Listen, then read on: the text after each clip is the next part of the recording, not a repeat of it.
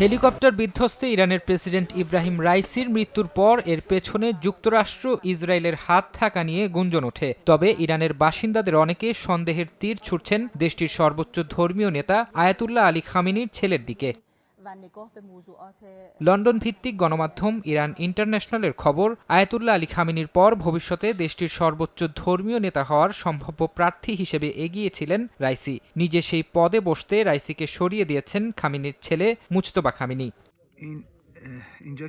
যদিও গণমাধ্যমটি জানিয়েছে রাইসির হেলিকপ্টার বিধ্বস্তের পেছনে মুজতবা খামেনির হাত আছে এমন কোনো প্রমাণ এখনও পাওয়া যায়নি। রাইসির মৃত্যুর পর ওঠা অনেক গুঞ্জনের মতো এটিও একটি গুঞ্জন হতে পারে। ৫৪ বছর বয়সী মুজতবা খামেনিকে প্রকাশ্যে খুব একটা দেখা যায় না, তবে পর্দার আড়ালে তিনি খুব প্রভাবশালী বলে ধারণা করা হয়। ফারহাদ চৌধুরী,